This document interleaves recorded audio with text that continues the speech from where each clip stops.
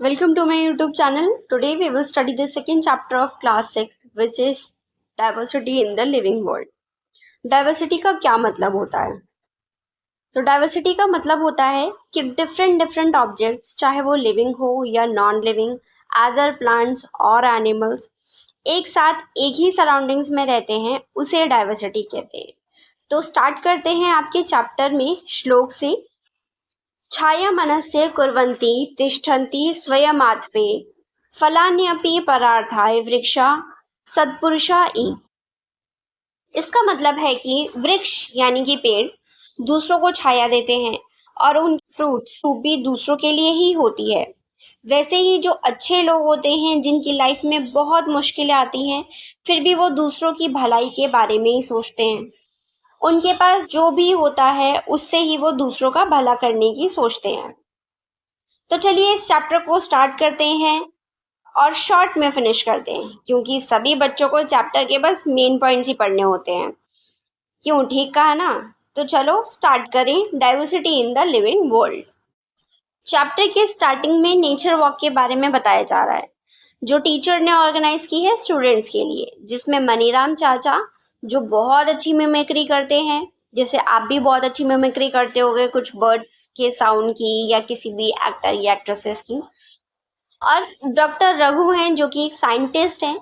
इन दोनों को भी इनवाइट किया गया है नेचर वॉक के लिए, ताकि ये दोनों स्टूडेंट्स को सराउंडिंग्स की डाइवर्सिटी के बारे में अच्छे से एक्सप्लेन कर सकें।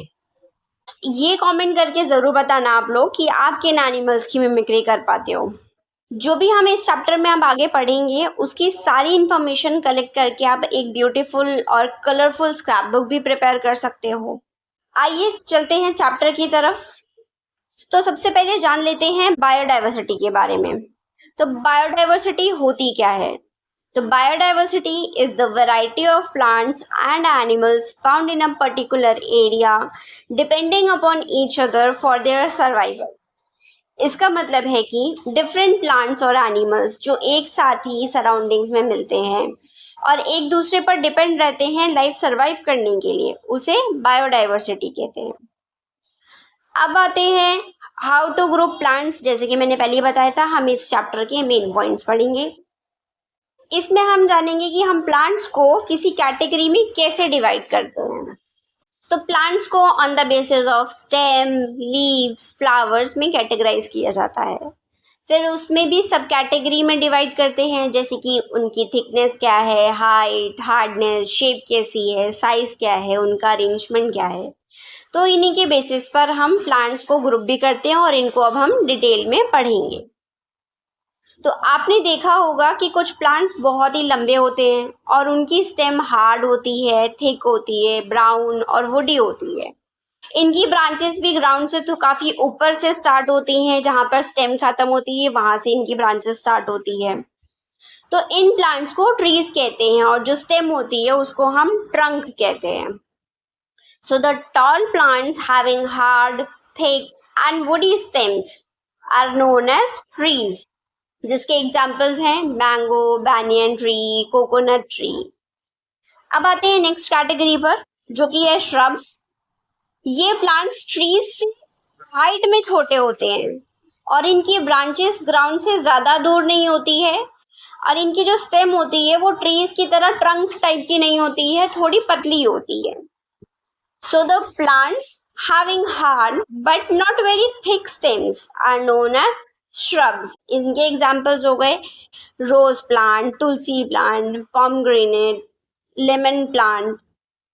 तो ये हो गए आपके श्रब्स। फिर नेक्स्ट कैटेगरी पर आते हैं, वो है हर्ब्स की कैटेगरी। तो ये ऐसे प्लांट्स होते हैं जिनकी स्टेम सॉफ्ट और ग्रीन होती है और ये हाइट में और भी थोड़े से छोटे होते हैं।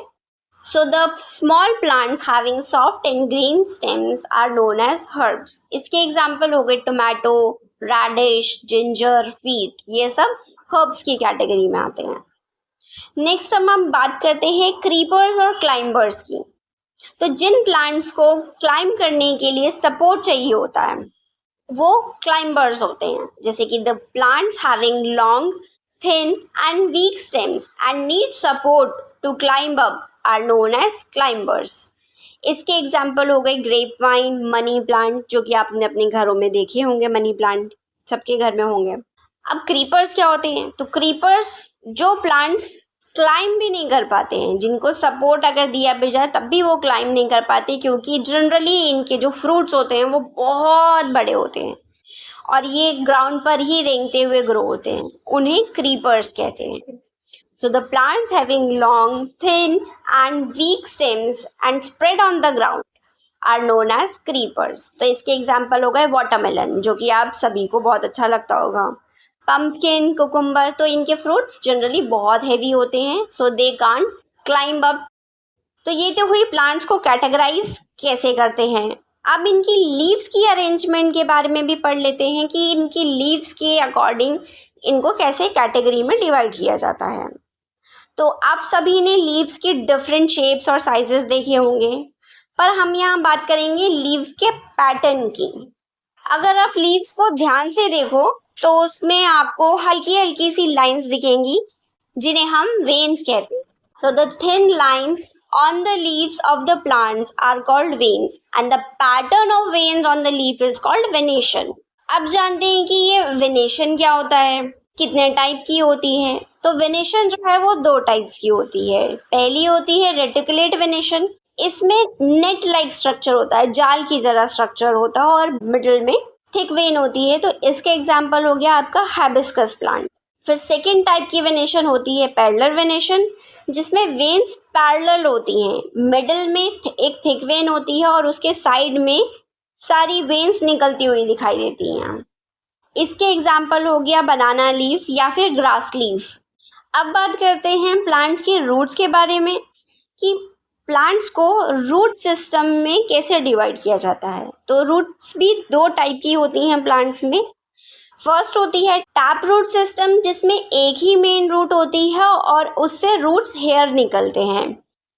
ये आपको मस्टर्ड प्लांट में देखने को मिलती है। सेकेंड टाइप जो कि फाइब्रस रूट सिस्टम है, जिसमें कोई मेन रूट नहीं होती है, इसमें सारे ही रूट्स जो हैं वो स्टेम से डायरेक्टली निकलती हैं और बंच की तरह निकलती हैं। ये ग्रास में देखने को मिलती है। तो जनरली क्या होता है कि टैप रूट सिस्टम के साथ रेटिकुलेट वेनेशन और फाइब्रस रूट सिस्टम में पैरेलल वेनेशन देखने को मिलती है। जैसे कि टैप रूट सिस्टम में रेटिकुलेट वेनेशन जो है वो सदाबहार के प्लांट्स, चिकपी जो कि हम चना बोलते हैं, इनमें देखने को मिलती है। और जो फाइब्रस रूट सिस्टम जिसमें पैरेलल वेनेशन होती है, ये हमें लेमन ग्रास या वीट में देखने को मिलती है। अब इन दोनों कैटेगरीज के अलावा प्लांट्स के सीड्स के बेसिस पर भी इनको डिवाइड किया जाता है। जैसे जो सीड दो पार्ट्स में डिवाइड हो जाएं उसे डाइकोटिलेडन कहते हैं, शॉर्ट में हम इसे डाइकॉट कहते हैं। इसका एग्जाम्पल हो गया चना, चिकपी जिसे बोलते हैं। और जो सीड एक ही सीड एज अ होल रहे, वो टूटे नहीं दो हिस्सों में, उसे मोनोकोटिलेडन कहते हैं और शॉर्ट में हम इसे मोनोकॉट कहते हैं। इसके एग्जाम्पल हो गए मेज। तो generally tap root system, reticulate venation, dicots plant होते हैं और फाइब्रस रूट सिस्टम जिसमें पैरेलल वेनेशन होती है, ये मोनोकॉट प्लांट्स होते हैं। अब बढ़ते हैं अपने नेक्स्ट टॉपिक पर, हाउ टू ग्रुप एनिमल्स। जैसे कि आप सभी जानते हैं कि डिफरेंट एनिमल्स के डिफरेंट हैबिट्स, उनके हैबिटेट, उनके मूवमेंट डिफरेंट होते हैं। तो कुछ एनिमल्स को हैबिटेट के बेसिस पर कैटेगराइज करते हैं, मतलब कि जहाँ पर एनिमल्स रहते हैं। तो जो एनिमल्स वाटर में रहते हैं उन्हें एक्वेटिक एनिमल्स कहते हैं, जैसे कि फिश। एग्जाम्पल हमने लिया है फिश। तो इनकी बॉडी स्ट्रीमलाइंड होती है। अब स्ट्रीमलाइंड का क्या मतलब हुआ? स्ट्रीमलाइंड का ये मतलब हुआ जो चोंच जैसी थोड़ी सी आगे से नुकीली टाइप की शेप होती है, जिसकी वजह से फिशेस वाटर के प्रेशर को अपनी बॉडी की शेप की वजह से झेल पाती हैं। कि वाटर का प्रेशर बहुत ज़्यादा होता है तो वो इतनी उसका प्रेशर झेल पाती हैं और इजीली स्विम कर लेती हैं with the help of their fins. ऐसे ही वो एनिमल्स होते हैं जो लैंड पर रहते हैं, जैसे कि गोट, जो कि अपने लेग्स की हेल्प से मूव करती है और ग्रास उसका खाना है, ग्रास खाती है। और कुछ एनिमल्स ऐसे होते हैं जो लैंड और वाटर दोनों में ही रहते हैं, जिन्हें हम एम्फिबियंस बोलते हैं, जैसे कि फ्रॉग। जब मॉनसून सीजन आता है तो हमें फ्रॉग्स लैंड पर भी देखने को मिलते हैं और वैसे वो पानी में रहते हैं। तो वैसे ही एक एग्जाम्पल है कैमल का, जिसे हमें ये पता चलेगा कि बायोडाइवर्सिटी एक जगह से दूसरी जगह कितनी डिफरेंट होती है। हम सभी को पता है कि camel is the shape of desert, but क्या हॉट डेजर्ट कैमल और कोल्ड डेजर्ट कैमल सेम होते हैं? तो आंसर है नहीं, वो सेम नहीं होते हैं। उनमें कुछ ऐसे फीचर्स होते हैं जो दोनों से ही डिफरेंट होते हैं। जैसे कि हॉट डेजर्ट कैमल अगर हम देखें, जो कि राजस्थान में मेनली मिलते हैं, तो इनमें लॉन्ग लेग्स और वाइड हूव्स होते हैं कि इनके जो पैर होते हैं वो बहुत ही चौड़े टाइप के होते हैं। तो इससे इनको हेल्प होती है सैंडी एरिया में वॉक करने के लिए, जिसमें इनके पैर सिंक नहीं होते हैं, मतलब कि नीचे रेत में धंसते नहीं हैं। और इनके पास एक ही हम्प होता है। दूसरे बात करते हैं कोल्ड डेजर्ट कैमल, जो कि हमें मेनली लद्दाख में देखने को मिलता है। इनकी हाइट और जो लेग्स होते हैं वो हॉट डेजर्ट कैमल के कंपैरिजन में थोड़े छोटे होते हैं, तो जिसकी वजह से ये माउंटेन रीजन में इजीली वॉक कर सकते हैं। पर इनके पास एक दूसरा डिफरेंट फीचर ये है कि इनके 2 हम्प्स होते हैं, क्योंकि विंटर्स के टाइम पर हम श्रिंक हो जाते हैं, थोड़े सुकड़ से जाते हैं, जिसकी वजह से सरवाइव करना थोड़ा डिफिकल्ट होता है। और इनके हेड से लेकर नेक तक हेयर्स भी ग्रो होते हैं, जिसकी वजह से कोल्ड विंटर में ये सरवाइव कर पाते हैं। पर इनमें सिमिलैरिटी क्या होती है? तो आपको ये पता है कि डेजर्ट में पानी और खाना बहुत ही कम अवेलेबल होता है, कि जो ये एक्सक्रीट करते हैं वो स्मॉल अमाउंट ऑफ यूरिन का एक्सक्रीशन करते हैं, और इनका जो डंग होता है वो ड्राई होता है और इनको पसीना नहीं आता, जिसकी वजह से इनका जो पानी का लॉस है वो थोड़ा कम होता है। फिर चाहे वो हॉट डेजर्ट कैमल हो या कोल्ड डेजर्ट कैमल हो, वो इन एडवर्स कंडीशंस में सरवाइव कर पाते हैं। नेक्स्ट हम बात करते हैं प्लांट्स की। इनका एक एग्जाम्पल है कि 2 डिफरेंट रीजन्स में अलग अलग टाइप के वेजिटेशन या अलग अलग टाइप के प्लांट्स क्यों मिलते हैं। तो एक एग्जाम्पल हमने लिया है कैक्टस, जो कि राजस्थान में मिलता है, और दूसरा देवदार, जो कि माउंटेन रीजन में प्लांट मिलता है। तो कैक्टस हॉट रीजन क्लाइमेट में होता है, वहाँ पे बहुत ज़्यादा गर्मी होती है, और कैक्टस की जो स्टेम्स होती हैं वो बहुत ही ज़्यादा मोटी और फ्लेशी होती हैं, और इनकी जो रूट्स होते हैं वो बहुत लंबे लंबे होते हैं, क्योंकि ये ग्राउंड में इतनी ज़्यादा नीचे तक जाती हैं। क्यों? क्योंकि इनको पानी चाहिए होता है इन सर्च ऑफ वाटर। इसकी वजह से इनकी जो रूट्स होती हैं वो बहुत लंबी होती हैं। अब बात करते हैं देवदार, जो कि माउंटेन रीजन में मिलता है। तो माउंटेन रीजन है तो ठंडी तो होगी ही। इनकी जो शेप होती है वो कोनिकल टाइप शेप होती है, यानी कि जैसे कि आपने क्रिसमस का ट्री देखा होगा उस तरह की शेप होती है, और इनकी ब्रांचेस फ्लेक्सिबल और स्लोपिंग होती हैं।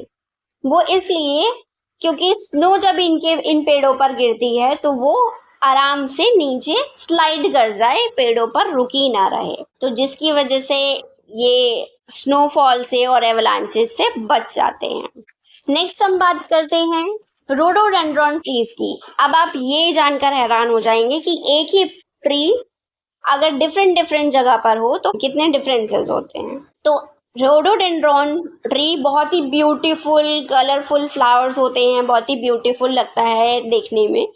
अगर हम 2 जगह ले लें, जैसे नीलगिरीज की और दूसरा सिक्किम की, तो नीलगिरीज में अगर रोडोडेंड्रॉन आपको देखने को मिलेगा तो इसकी जो हाइट होती है वो शॉर्ट होती है, और इनमें स्मॉलर लीव्स होती हैं ताकि ये माउंटेन पर चलने वाली जो हैवी विंड्स होती हैं उनको सरवाइव कर सके।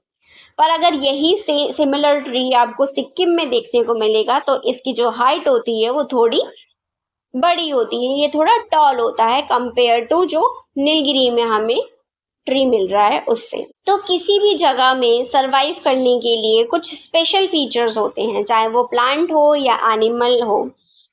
इसी को ही अडेप्टेशन कहते हैं। So the special feature that enable plants and animals to survive in a particular region is called adaptation. तो हमने सारे मेन पॉइंट्स कवर किए हैं इस वीडियो में। तो आई होप आपको सब कुछ समझ में आया होगा। अगर आपको कोई डाउट हो तो कमेंट बॉक्स में पूछ सकते हैं। इसी के साथ ये चैप्टर यहीं फिनिश होता है। फिर मिलेंगे नेक्स्ट वीडियो में नेक्स्ट चैप्टर के साथ। तब तक के लिए take care of your self and your family and kindly like share and subscribe for more videos.